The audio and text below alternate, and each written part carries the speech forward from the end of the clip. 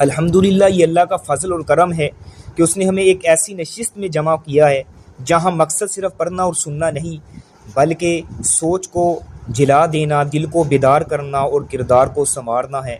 تو یاد رکھیں کہ علم اس وقت تک فائدہ نہیں دیتا جب تک وہ عمل میں نہ ڈل جائے، اور نصیحت اس وقت تک اثر نہیں کرتی جب تک دل اس کو قبول نہ کرے۔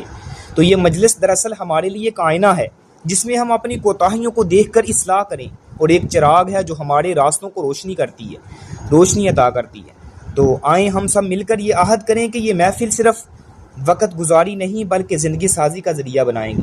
تو بڑھتے ہیں اپنے لیسن کی جانب۔ 58 نمبر ہماری حدیث ہے۔ بسم اللہ الرحمن الرحیم۔ وعن قطبۃ بن مالک رضی اللہ عنہ قال کان رسول اللہ صلی اللہ علیہ وسلم یقول اللہم جنبنی منکرات الاخلاق والاعمال والاہواء والادواء، اخرجہ الترمذی۔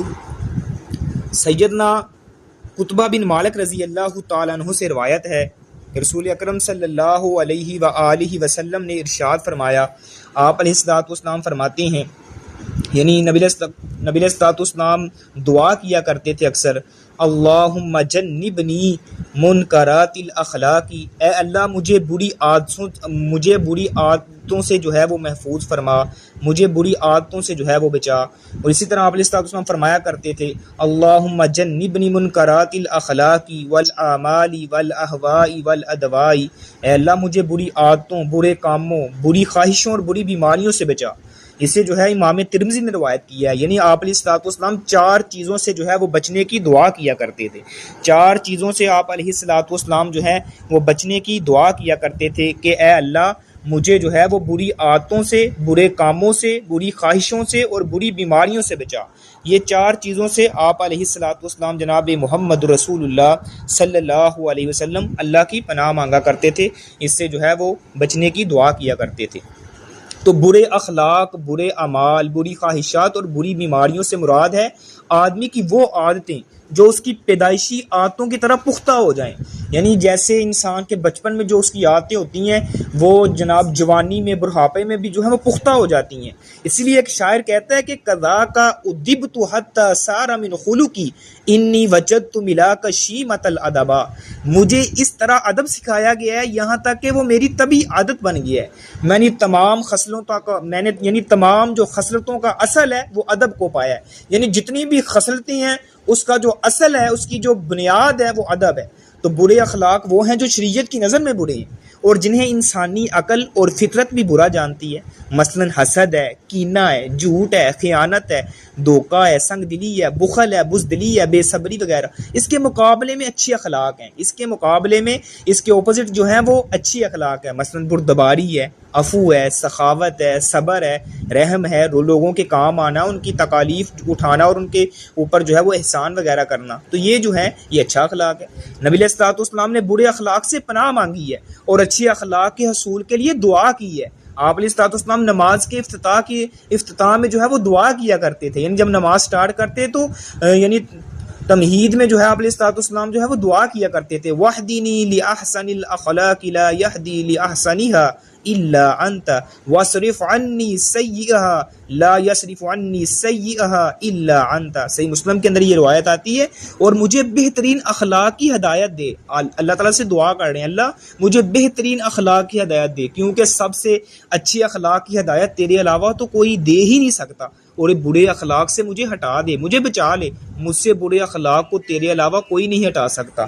تو برے اعمال سے مراد وہ تمام کام ہیں، یعنی برے اعمال سے مراد وہ تمام کام ہیں جو شریعت کی نظر میں برے ہیں، اور فطرت انسانی بھی اگر مسق نہ ہو گئی ہو تو انہیں برا جانتی ہے، مثلا قتل ہے، ناحق جو ہے وہ چوری کرنا ہے، بہتان وغیرہ یا ایسے بدکاری وغیرہ، تو یہ تمام جو ہے وہ برے اعمال میں آتی ہے۔ تو بری خواہشات وہ ہیں جن کے پیچھے اگر انسان لگ جائے تو دنیا اور آخرت میں اس کا انجام جو ہے وہ برا ہی ہوگا، یعنی ایسی خواہشات جو بری ہیں اگر انسان ان کے پیچھے لگ جاتا ہے، ان کو فالو کرنے لگ جاتا ہے تو وہ جو ہے اس کا انجام بھی برا ہوتا ہے، یعنی بری بیماریاں جو انسان کو ذہنی یا جسمانی طور پر بیکار کر دیتی ہیں۔ اسی طرح لوگوں کو اس سے نفرت دلانے کا باعث ہوں، جیسے ایسی بیماریاں برس ہے، جذام ہے، جنون ہے، فالج ہے وغیرہ، اس طرح کی دیگر بیماریاں۔ تو یہ چیزیں جو ہیں ہمیں ان سے جو ہے ہمیں بچنا چاہیے، اور آپ علیہ الصلوۃ والسلام جو ہیں ان سے بچنے کی اللہ سبحانہ و تعالیٰ سے دعا کیا کرتے تھے کہ اللہ مجھے جو ہے برے اعمال سے بچا، اسی طرح مجھے بری عادتوں سے بچا، برے کاموں سے بچا، بری خواہش، بری بیماریوں سے بچا۔ یہ آپ علیہ الصلوۃ والسلام جناب محمد رسول اللہ صلی اللہ علیہ وسلم اکثر ان کے بارے میں دعا کیا کرتے تھے۔ تو بندے کو ہمیشہ اللہ کی پناہ میں آنا چاہیے، اپنی قوت پر نہیں بلکہ اللہ کے تحفظ پر بھروسہ کرنا چاہیے۔ تو بدخواہشات ہی برے اعمال اور بیماریوں کی جڑ ہیں، اس لیے ان کا صد باب کی فکر کرنا ایمان کا تقاضا ہے، ان کو جو ہے ختم کرنا تو وہ ایمان کا تقاضا ہوتا ہے، اور ایمان کا لیول جو ہے وہ اس چیز پر بندے کو ابھارتا ہے کہ اس سے جو ہے انسان بچے۔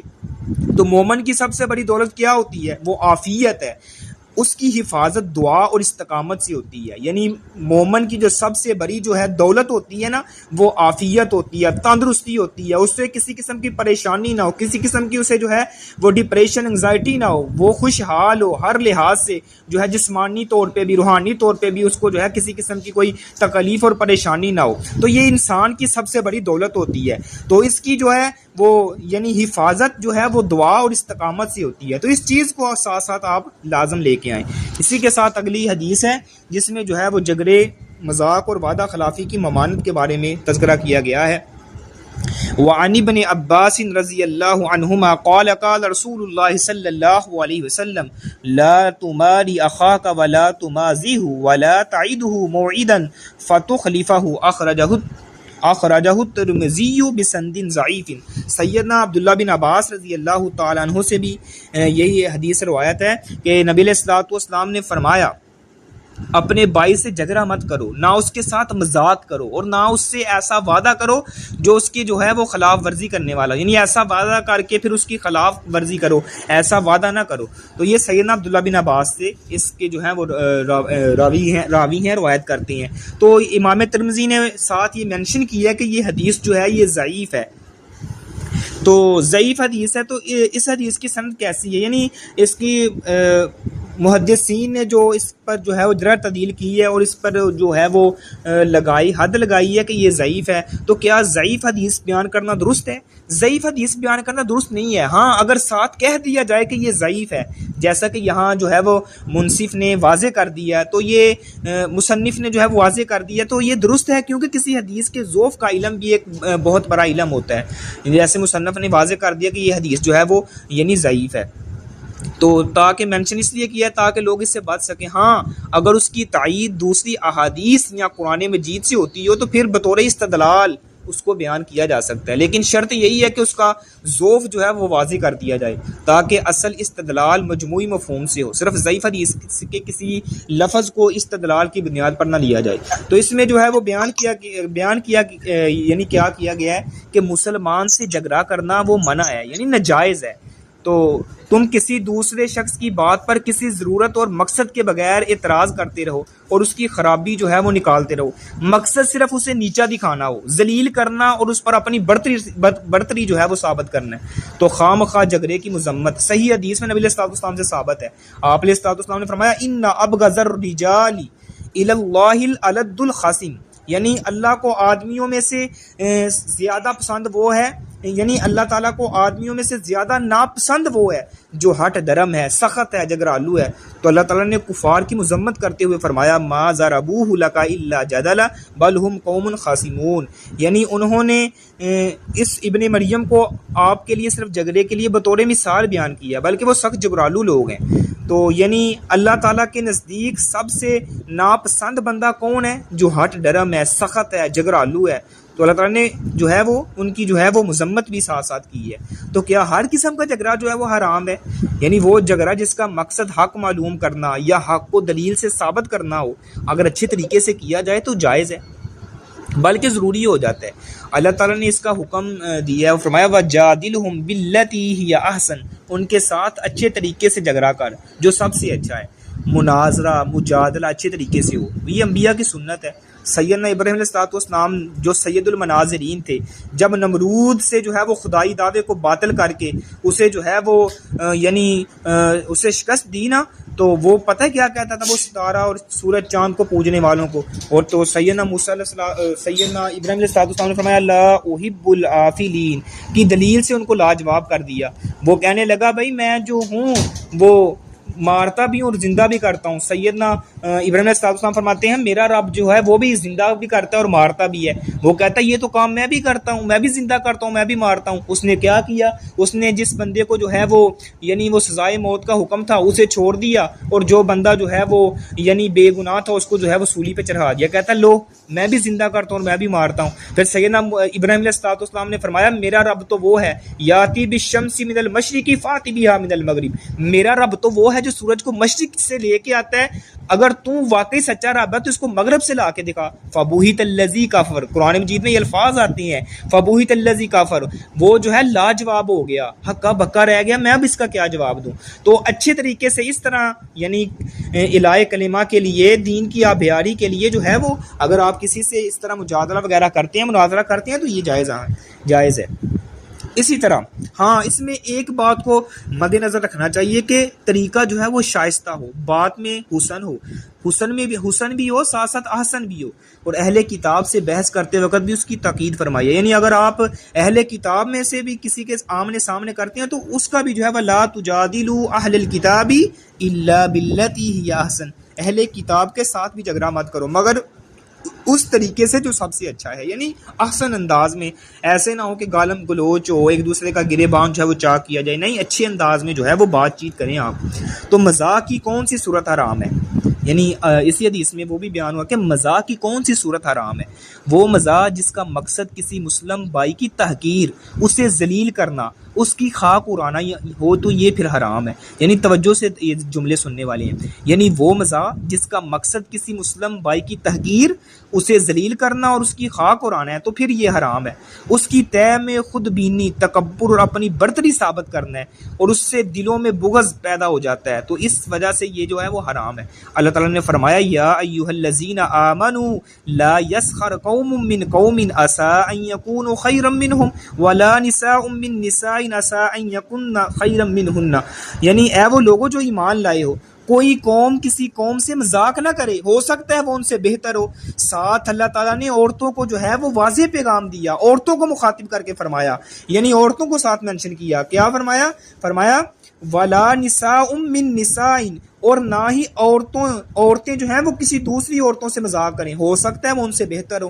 عورتوں کو خاص طور پہ ان کا تذکرہ کر کے جو ہے ان کو مینشن کر کے فرمایا گیا ہے. تو مذاق کی کوئی جائز صورت بھی ہے، تو جائز صورت کون سی ہے؟ جب مذاق صرف خوش طبعی کی حد تک ہو، اس میں کوئی غلط یا خلاف واقعہ بات نہ ہو، جس شخص سے مذاق کیا گیا ہے اس کی عزت میں کوئی فرق نہ آئے بلکہ وہ خود بھی لطف محسوس کرے، تو اس ایسی خوشی حاصل کرنے کے لیے پھر جو ہے وہ مزاح جائز ہے. بلکہ نبی علیہ السلام کی پھر سنت بھی ہے، مگر اس کے لیے بہت تیز ذہانت کی ضرورت ہے. کہیں ایسا نہ ہو کہ دوست کی جو ہے وہ دل شکنی ہو جائے، دوست ناراض ہو جائے. اس چیز کا آپ نے جو ہے وہ خیال بھی رکھنا ہے. وہ کہ ایک شاعر ہے، وہ کہتا ہے خیال خاطر احباب چاہیے ہر دم، خیال خاطر احباب چاہیے ہر دم، 19 ٹھیس نہ لگ جائے آپ بگینوں کو. آپ نے یہ ملحوظ خاطر رکھنا ہے کہ میں مذاق کرنے لگا ہوں، پتہ نہیں اگلے بندے کی کو جو ہے وہ دل آزاری نہ ہو. اس چیز کا آپ نے خاص خیال رکھنا ہے. نبی علیہ السلام سیدنا ابو ہریرہ رضی اللہ تعالیٰ عنہ سے روایت ہے کہ لوگوں نے عرض کیا یا رسول اللہ انکا تداعبنا، آپ ہم سے مذاق کر لیتے ہیں؟ تو آپ نے فرمایا انی لا اقول الا حق، میں حق کے علاوہ کچھ بھی نہیں کہتا. تو کتب حدیث میں جو ہے آپ علیہ السلام کی خوش طبعی کے کئی واقعات جو ہیں وہ مذکور ہیں، تو ان میں سے چلیں ایک آپ کو واقعہ سنا دیتا ہوں. مثال کے طور پر ایک واقعہ آتا ہے کہ سیدنا انس رضی اللہ تعالیٰ فرماتے ہیں کہ ایک آدمی نبی علیہ السلام کے پاس آیا اور کہنے لگا یا رسول اللہ مجھے سواری دیجیے، مجھے سواری دیجیے. آپ نے فرمایا ہم تمہیں سواری کے لیے اونٹنی کا بچہ دیں گے. وہ کہنے لگا اونٹنی کے بچے کو میں کیا کروں گا یا رسول اللہ؟ آپ نے فرمایا اونٹنیوں کے بچے ہی تو ہوتے ہیں، یعنی اونٹ جو ہوتے ہیں وہ اونٹنیوں کے بچے ہی تو ہوتے ہیں. یعنی آپ نے جو ہے اس سے مذاق کیا، اس نے جو ہے آپ علیہ الصلوۃ والسلام سے اونٹ مانگا، آپ نے فرمایا بھائی آپ کو اونٹ نہیں ملے گا، آپ کو جو ہے وہ اس کا بچہ ملے گا. اس نے کہا میں کیا بچے کو کروں گا یا رسول اللہ، میں نے تو اس پر سوار ہونا ہے تو میں اس کو کیا کروں گا. آپ نے فرمایا جو بھی اونٹ آپ کو دیا جائے گا وہ اونٹنیوں کا بچہ ہی تو ہے. اس طرح سے آپ علیہ الصلوۃ والسلام جو ہے یعنی خوش طبی کے ساتھ مذاق کر لیا کرتے تھے. اسی طرح ایک اور بھی واقعہ آتا ہے، شاید ایک عورت آئی آپ علیہ الصلوۃ والسلام سے کہتی ہے کہ رسول اللہ کیا یعنی جو ہے وہ میں جنت میں چلی جاؤں گی. تو آپ نے فرمایا جتنی بھی یہ بوڑھیاں خاتون ہیں یعنی وہ بڑھاپے میں ہیں کوئی بھی جنت میں نہیں جائے گی.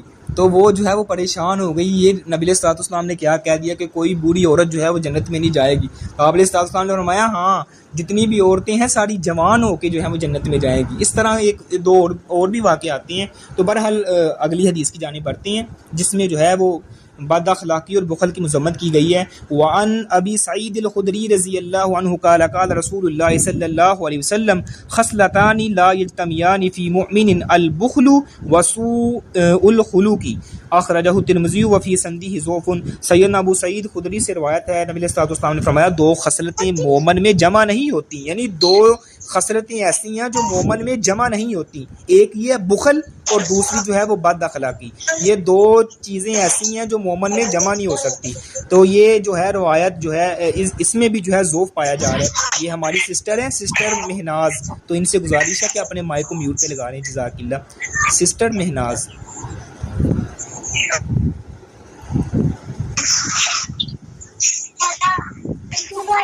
سسٹر مہناز سے گزارش ہے اپنے مائک کو میوٹ پہ لگائیں.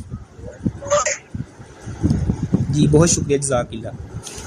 تو یعنی حدیث کی سند جو ہے اگرچہ اس میں ضعف ہے مگر بخل اور بد اخلاقی کی مذمت میں کئی آیات اور احادیث آئی ہیں اور انہیں کفار کے صاف میں شمار کیا گیا. یعنی بخل کی مذمت میں اللہ تعالیٰ قرآن مجید میں فرماتے ہیں ان اللہ لا يحب من كان مختالا فخورا الذين يبخلون ويأمرون الناس بالبخل ويكتمون ما آتاهم الله من فضله وآتدنا للكافرين عذاب مهينا.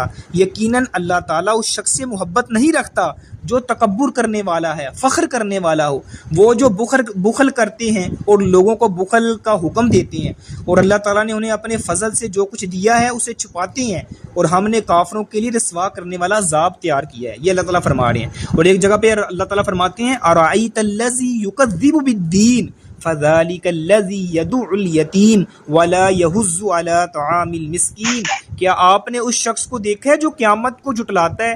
تو یہی ہے جو یتیم کو دھکے دیتا ہے اور وہ خود کھلانا تو دور کی بات ہے، مسکین کو کھلانے کی رغبت بھی نہیں دلاتا لوگوں کو. اور جہنمیوں کے بیان میں انہوں نے اپنے جہنمی ہونے کے اسباب بیان کیے ہیں، ذکر فرمایا. اللہ تعالیٰ فرماتے ہیں قالوا لم نک من المصلین ولم نک نطعم المسکین. جب جنتی جنت میں چلے جائیں گے، دوزخی دوزخ میں چلے جائیں گے، تو جنتی ایک دوسرے سے کہیں گے ہمارے دنیا میں ہمارے ساتھ ہمارے یعنی پڑوس میں ہمارے دوست احباب رشتہ دار بہن بھائی رہتے تھے، ہمیں وہ نظر نہیں آ رہے. تو وہ آ کے دیکھیں گے جہنم کے اندر وہ جل رہے ہوں گے، ان سے سوال کریں گے فی جنات یتساءلون عن المجرمین ما سلککم فی سقر. ان سے سوال کریں گے جہنمیوں سے بھئی آپ کو کون سی چیز جہنم میں لے کے آئی ہے؟ تو وہ پتہ ہے جہنمی کیا کہیں گے آگے سے قالوا لم نک من المصلین. ہم دنیا میں رہ کے نمازیں نہیں پڑھتے تھے. اور ساتھ کیا کہیں گے وَلَمْ نَكُ نُطْعِمُ الْمِسْكِينَ. ہم مسکینوں کو کھانا نہیں کھلاتے تھے. یعنی جہنمیوں کیا جواب دیں گے جنتیوں کو؟ دنیا میں رہ کے آپ تو نمازیں وغیرہ پڑھ لیتے تھے نا، ہم دنیا میں رہ کے نمازیں نہیں پڑھتے تھے. اور ساتھ وَلَمْ نَكُ نُطْعِمُ الْمِسْكِينَ، ہم مسکینوں کو کھانا نہیں کھلاتے تھے. اور اللہ تعالیٰ ایک جگہ پہ فرماتے ہیں وَأَمَّا مَنْ بَخِلَ وَاسْتَغْنَى وَكَذَّبَ بِالْحُسْنَى فَسَنُيَسِّرُهُ لِلْعُسْرَى. اور جس نے بخل کیا اور بے پرواہی کی اور جنت کو جھٹلایا، ہم اسے مشکل کی طرف یعنی وہ جانے کے لیے اس کے لیے آسانی کر دیتے ہیں. وہ مشکلات میں جو ہے وہ آہستہ آہستہ پڑتا جاتا ہے. تو اس حوالے سے بے شمار جو ہیں وہ بخل کی مذمت میں احادیث بھی آتی ہیں، قرآن کی آیات بھی آتی ہیں. تو اسی طرح جو ہے وہ بد اخلاقی کی مذمت کی گئی ہے، یعنی ایسی خصلتیں جو طبیعت میں پختہ ہو جائیں. یعنی بد اخلاقی سے مراد یعنی ایسی طبیعتیں ہیں جو بد اخلاقی میں آتی ہیں جو انسان کی جو ہے وہ عادت بن جائیں، بغیر سوچے سمجھے خود بخود وہ سرزد ہوتی ہیں. یہ جو ہے وہ خلق کہلاتی ہیں، خصوصاً جن عادات کا تعلق ایک دوسرے سے برتاؤ کے ساتھ ہو. اچھی ہوں تو جو ہیں وہ حسن خلق بن جاتی ہیں، اگر بری ہوں تو وہ سوء خلق بن جاتی ہیں۔ تو سورۃ قلم میں اللہ تعالیٰ نے نبی علیہ الصلوۃ والسلام کے متعلق کیا فرمایا؟ فرمایا وَإِنَّكَ لَعَلَىٰ خُلُقٍ عَظِيمٍ، آپ علیہ الصلوۃ والسلام جو ہیں وہ اخلاق کے اعلیٰ مرتبے پر فائز تھے۔ سیدہ ام المؤمنین عائشہ صدیقہ رضی اللہ تعالیٰ سے جب کسی نے آپ کے اخلاق کے بارے میں سوال کیا تو آپ نے فرمایا کہ آپ قرآن نہیں پڑھتے؟ کہتے ہیں وہ صحابی فرماتے ہیں یہ کیوں نہیں، میں تو قرآن پڑھتا ہوں۔ تو فرمایا کان خلقہ القرآن، یعنی پورے کا پورا جو قرآن ہے وہ آپ کا اخلاق ہی تو تھا، یعنی جو قرآن کے اندر اللہ تعالیٰ نے احکام کو حکم دیا ہے آپ علیہ الصلوۃ والسلام کی وہ عادت بن چکا تھا، آپ علیہ الصلوۃ والسلام کی وہ تب بھی عادت بن چکا تھا۔ اور جس چیز سے منع کیا گیا ہے اللہ سبحانہ و تعالیٰ کے پاک پیغمبر جناب محمد رسول اللہ صلی اللہ علیہ وسلم ان پر رک کے دکھایا ہے، ان پر جو ہے یعنی قرآن کے جتنے بھی احکام ہیں، اوامر ہیں، نہیں ہیں، ان پر قرآن کے جتنے بھی معاملات اس پر عمل کر کے دکھایا ہے۔ یعنی اخلاق ہمارے معاشرے میں صرف یہ مشہور ہے نا، اخلاق اس چیز کا نام ہے کہ انسان کسی کو خندہ پیشانی سے ملے، کھلے چہرے سے ملے، نرم مزاجی سے ملے، مسکرا کے ملے، تو یہ اخلاق کا معنی جو ہے وہ ادھورا ہے۔ مکمل کیا ہے کہ جتنے بھی اسلام کے احکام ہیں، جو اسلام نے ہم سے مطالبہ کیا ہے اور جن سے ہمیں منع کیا ہے، وہ تمام کے تمام اعمال ہمارے جو ہیں وہ اوڑھنا اور بچھونا بن جائیں، یعنی وہ خود بخود انسان سے ادا ہوتے چلے جائیں، تو یہ پورا اخلاق کے زمرے میں مانا آتا ہے۔ اور اسی صورت میں اللہ نے کفار کے اخلاق سیئہ کا ذکر کر کے فرمایا ہے کہ ان کے برے اخلاق والے لوگوں کی پیروی آپ ہرگز نہ کریں۔ اللہ تعالیٰ فرماتے ہیں وَلَا تُطِيعْ كُلَّ حَلَّافٍ مَّهِينٍ هَمَّازٍ مَّشَّاءٍ بِنَمِيمٍ مَّنَّاعٍ لِّلْخَيْرِ مُعْتَدٍ أَثِيمٍ عُتُلٍّ بَعْدَ ذَلِكَ زَنِيمٍ كَانَ ذَا مَالٍ وَبَنِينَ إِذَا تُتْلَىٰ عَلَيْهِ آيَاتُنَا قَالَ أَسَاطِيرُ الْأَوَّلِينَ، اور تو کسی ایسے شخص کا کہنا بھی نہ ماننا جو زیادہ قسمیں کھانے والا ہے، بے وقار ہے، کمینہ ہے، عیب گو ہے، چگل خور ہے، بلائی سے روکنے والا ہے، حد سے تجاوز کرنے والا ہے، گناہ گار ہے، سرکش ہے، پھر ساتھ ہی مشہور بدنام بھی ہے۔ اس کی سرکشی صرف اسی کے لیے نہیں بلکہ وہ مال والا اور بیٹوں والا ہے۔ جب اس کے سامنے ہماری آیتیں پڑھی جاتی ہیں تو کیا کہتے ہیں؟ یہ تو پہلے لوگوں کی قصے کہانیاں ہیں بھائی، یعنی وہ قرآن کو نعوذ باللہ وہ کہتے ہیں یہ تو پہلے لوگوں کی قصے کہانیاں بیان ہوئے ہیں۔ تو آپ علیہ الصلوۃ والسلام کو فرمایا گیا ہے کہ آپ نے ان کی جو ہے وہ بات نہیں ماننی اور نہ ہی جو ہے آپ نے ان کی پیروی کرنی ہے۔ اس طرح سے آپ علیہ الصلوۃ والسلام یعنی بخل جو ہے وہ دل کو سخت کر دیتا ہے اور بد اخلاقی تعلقات کو جو ہے وہ ختم کر دیتی ہے۔ تو یعنی یہ کیا ہے کہ بندے کو ہمیشہ اللہ کی پناہ میں آنا چاہیے، اسی کے ساتھ ساتھ یعنی تمام چیزوں یہ برے اخلاق سے بچنے کے لیے اللہ سے دعا کرنی چاہیے۔ اور اسی طرح بخل جو ہے وہ دل کو سخت کرتا ہے اور بد اخلاقی تعلقات کو توڑ دیتی ہے۔ تو مومن کو سخی اور خوش اخلاق ہونا چاہیے، یعنی مومن کو سخی بھی ہونا چاہیے، خوش اخلاق بھی ہونا چاہیے۔ یہی دونوں صاف معاشرے میں جو ہے وہ خیر و برکت لاتے ہیں۔ ایمان اور بخل بد اخلاقی ایک ساتھ جمع نہیں ہو سکتے، گویا یہ دونوں ایمان کے دشمن ہیں۔ یعنی اگر انسان کہے کہ میرے اندر ایمان بھی ہو اور میں جو ہے وہ بد اخلاق بھی ہوں، تو یہ ایسے نہیں ہو سکتا۔ یا تو انسان ایمان والا ہوگا تو پھر اس کے اندر اچھا اخلاق ہوگا، بد اخلاق نہیں ہوگا، یا پھر انسان بد اخلاق ہوگا اس کے اندر ایمان نہیں ہوگا۔ یہ دو چیزیں جو ہیں وہ بندے میں جمع نہیں ہو سکتی۔ اسی کے ساتھ ساتھ اس سے آگے والی حدیث ہے جس میں گالی میں پہل کرنے والے کے لیے وعید کو بیان کیا گیا ہے۔ وعن ابی ہریرہ رضی اللہ عنہ قال قال رسول اللہ صلی اللہ علیہ وسلم المستبان ما قال فعل البادی ما لم یعتد المظلوم۔ سیدنا ابو ہریرہ رضی اللہ تعالیٰ عنہ سے روایت ہے کہ نبی علیہ الصلوۃ والسلام نے فرمایا ایک دوسرے کو گالی دینے والے دو شخص جو کچھ کہیں گے اس کا گناہ پہل کرنے والے پر ہے جب تک مظلوم زیادتی نہ کرے۔ یعنی جب دو شخص جو ہیں آپس میں گالی گلوچ کر رہے ہیں تو ان میں سے گناہ جو ہے وہ پہل کرنے والے کو ہے، اگرچہ دوسرا جو ہے وہ ظلم نہیں کرتا۔ ہاں اگر دوسرا ظلم کر لیتا تو پھر دونوں کو گناہ ہوگا۔ تو گالی کو بدلہ لینے کا جواز تو ملتا ہے، لیکن اس حدیث میں اس شخص سے بدلہ لینے کو جائز رکھا گیا جو گالی دینے میں پہل کرے، بشرطے کہ بدلہ لینے والا صرف اتنی گالی پر صبر کرے جتنی اسے دی گئی ہے، زیادتی نہ کرے۔ اس صورت میں دونوں کا گناہ پہل کرنے والے کی گردن پر ہوگا، کیونکہ گالی گلوچ کے اس سلسلے کا اصل باعث وہ بنایا، یعنی فمن اعتدی علیکم فاعتدوا علیہ بمثل ما اعتدی علیکم۔ یعنی مفسرین نے ادھر سے یہ استدلال کی ہے، تو جو شخص تم پر زیادتی کرے اس پر اتنی زیادتی کرو جتنی تم پر کی گئی ہے۔ تو جواب میں گالی دینے سے پرہیز کی فضیلت وہ ہم سنتے ہیں. یعنی ایک تو یہ ہے کہ انسان پرہیز کرے تو یہ زیادہ بیسٹ ہے. ایک جو ہے وہ ہم بھی ایک بندہ زبان گندی کر رہا ہے تو ہم بھی اس کے ساتھ جو ہے وہ زبان گندی کرنے لگ جائیں, تو ایسا نہیں کرنا چاہیے. لیکن اگر یہ صبر کرے, برداشت کرے, تو یہ افضل عمل ہے اور باعث ثواب بھی ہے. کیونکہ جواب شروع ہو جائے تو اکثر اوقات جو ہے وہ زیادتی ہو جاتی ہے اور شیطان کو دخل دینے کا موقع مل جاتا ہے.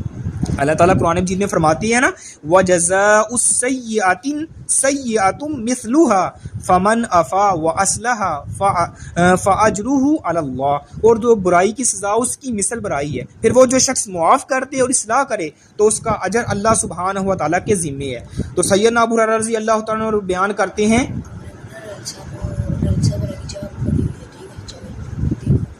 وہ ان کو نیچے سے انفارم کر دیں نا آپ. تو سوری بیان ہو رہا تھا کہ یعنی سیدنا ابو ہریرہ رضی اللہ عنہ بیان کرتے ہیں کہ ایک آدمی نے جو ہے یعنی اس برائی کی جزا اس کی مثل ہے, پھر وہ جو شخص معاف کر دے اور اصلاح کر دے تو اس کا اجر اللہ کے ذمے ہے. تو سیدنا ابو ہریرہ رضی اللہ تعالی عنہ بیان کرتے ہیں کہ ایک آدمی نے سیدنا ابو بکر رضی اللہ تعالیٰ عنہ کو گالی دی, تو نبی علیہ الصلوۃ والسلام وہاں بیٹھے ہوئے تھے, آپ تعجب کرتے رہے اور مسکراتے رہے. جب اس نے زیادہ ہی برا بلا کہا تو سیدنا ابو بکر صدیق رضی اللہ تعالیٰ عنہ نے اس کی کسی بات کا جواب دے دیا. نبی علیہ الصلوۃ والسلام غصے میں آ گئے اور وہاں سے اٹھ کھڑے ہو گئے. تو سیدنا ابو بکر آپ کے پیچھے جا کر آپ سے ملے اور کہنے لگے, یا رسول اللہ, وہ مجھے گالیاں دے رہا تھا اور آپ بیٹھے ہوئے تھے, جب میں نے اسے کسی بات کا جواب دیا تو آپ غصے میں آ گئے ہیں اور اٹھ کے جو ہے وہ کھڑے ہو گئے اور چلے گئے ہیں. نبی علیہ الصلوۃ والسلام نے فرمایا, بات یہ ہے کہ تمہارے ساتھ ایک فرشتہ تھا جو تمہاری طرف سے اس کا جواب دے رہا تھا, جب تم نے اسے کسی یعنی بات کا جواب دیا تو شیطان آ گھسا ہے, سو میں شیطان کے ساتھ نہیں بیٹھ سکتا. تو اس کے راوی جو ہیں وہ صحیح ہیں راوی ہیں.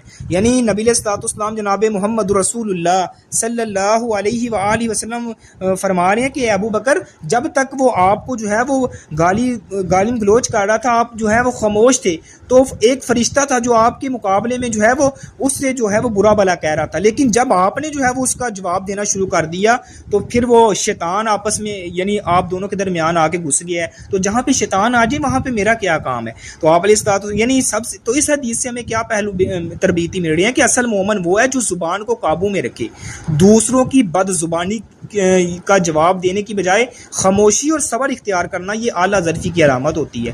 تو بد کلامی دراصل دل کی بیماری ہے, مومن جو ہے وہ اس سے دور رہتا ہے. تو جو دل کی پناہ مانگتا ہے اس کی زبان سچ بولتی ہے اور اس کے اعمال جو ہیں وہ خیر بانٹنے والے ہوتے ہیں.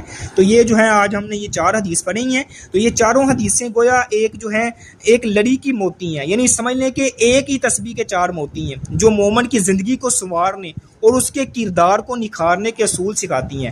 اگر ہم غور کریں تو ان سب میں ایک ہی حقیقت جھلکتی ہے کہ ایمان صرف عقیدے کا نام نہیں بلکہ اخلاق اور کردار کا پیکر ہے. مومن اپنی حفاظت صرف اللہ کی پناہ سے کرتا ہے, اپنی زبان کو جھوٹ اور وعدہ خلافی سے پاک رکھتا ہے, اپنے دل کو بخل اور بدخلقی سے صاف کرتا ہے, اپنے لہجے کو گالی اور بد زبانی سے محفوظ رکھتا ہے.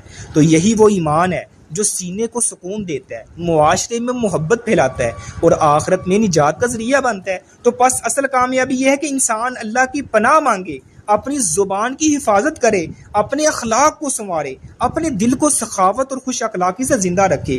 تو ایمان کی خوشبو سچائی, سخاوت اور خوش اخلاقی سے پھیلتی ہے اور ایمان کی روشنی جو ہے وہ اللہ کی پناہ سے دلوں کو جو ہے وہ روشن کرتی ہے. تو اللہ سبحانہ و تعالیٰ سے السلام علیکم ورحمۃ اللہ وبرکاتہ. وعلیکم السلام ورحمۃ اللہ وبرکاتہ. سلام میرا سوال کیا ہے جڑے کہندے نے گل دے وچ تویز پا کے رکھو تے نماز جائز نہیں ہے, نماز نہیں تاڑی کی وہ نہیں نماز ہوندی ہے. میرا بہت سوال باب دے. سب سے پہلے تو بات یہ ہے کہ تویز جو ہے وہ لٹکانا پہننا کیا یہ جائز ہے کہ نہیں جائز ہے. اس حوالے سے نبی علیہ الصلوۃ والسلام کی احادیث آتی ہیں. آپ نے فرمایا جس نے تویز لٹکایا اس نے شرک کیا اللہ کی ذات کے ساتھ. اور ایک حدیث میں آتا ہے نبی علیہ الصلوۃ والسلام نے فرمایا جس نے تویز پہنا وہ اسی کے سپرد ہو گیا, یعنی اس سے جو ہے وہ اللہ کا ذمہ جو ہے وہ اٹھ گیا. ایک حدیث میں آتا ہے کہ جو ہے نبی علیہ الصلوۃ والسلام کے پاس آئے, آپ کے ہاتھ پر بیعت کرنے لگے. ایک نے جو ہے وہ تویز پہنا ہوا تھا. آپ علیہ الصلوۃ والسلام نے فرمایا بھائی یہ تویز اتار، جب تک تو اتار نہیں دیتا میں تجھ سے بیعت نہیں لوں گا. یعنی آپ علیہ الصلوۃ والسلام نے اس سے بیعت نہیں لی. یعنی جب تک انسان جو ہے وہ تویز پہنے رکھا ہے تو وہ سمجھ لے کہ اس کے سپرد ہے، اس کا توکل اس تویز پر ہے، اس کا توکل اللہ پر تھوڑی ہے. وہ تو تویز پر بھروسہ کیے ہوئے ہے، تو اس کی ممانت ہے شریعت کے اندر. اور یہ تویز پہننا یعنی ایسے من تعلق تمیمۃ فقد اشرک، جس نے تویز کو لٹکایا پہنا اس نے اللہ کی ذات کے ساتھ شرک کیا. تو جب انسان ابتدا ہی سے اللہ کے ساتھ جو ہے وہ جنگ کر رہا ہے، اللہ کے ساتھ شرک کر رہا ہے، تو پھر دیکھ لیں اس کا جو ہے وہ اعمال کیسے قبول ہونے ہیں. سب سے پہلے تو یہ ہے کہ اس کی جو ہے وہ ممانت ہے، اس سے منع کیا گیا. یعنی جس نے تویز لٹکایا پہنا اس نے اللہ کی ذات کے ساتھ شرک کیا. جو تویز پہنتا ہے وہ اسی کے ذمے ہے، اسی کے سپرد ہے، اس کا اللہ سے اس کا ذمہ اٹھ جاتا ہے. اسی کے ساتھ ساتھ جو یعنی وہ تویز پہنتا ہے، نبی علیہ الصلوۃ والسلام نے اس سے جو ہے وہ بیعت لینے سے انکار کر دیا. یعنی کس قدر اور بھی بہت زیادہ حدیث ملتی ہیں. تو اس لیے یہ تویز پہننا پہلے تو شریعت میں اس کا جو ہے جواز ہی نہیں ملتا، اس سے جو ہے وہ ممانت کا حکم دیا گیا ہے.